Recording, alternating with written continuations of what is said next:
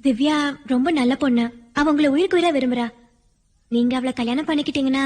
ஐயோ, அவ ஏதோ விளையாட்டுத்தனமா பேசிட்டு இருக்கா, நீங்க போய் அதை சீரியஸா எடுத்துக்கிட்டு. அப்படி இல்ல, அவ உங்களை விரும்புறது இந்த காலையில எல்லாருக்குமே தெரியும். அவ ஆசைப்பட்டா என்னால கல்யாணம் பண்ணிக்க முடியுமா? உங்க அப்பா அம்மா ஆசைப்படுற மாதிரியே சீக்கிரமா ஒரு கல்யாணம் பண்ணிக்கிட்டீங்கன்னா. இது பாருங்க, என் மனசுல வேற ஒருத்தர் இருக்கா. இப்படிதாங்க கேக்குறப்பல வேற ஒரு பொண்ணை லவ் பண்றேன்னு சொல்லி ஏமாத்திட்டு இருக்காரு, போய் சொல்லிட்டு இருக்காரு.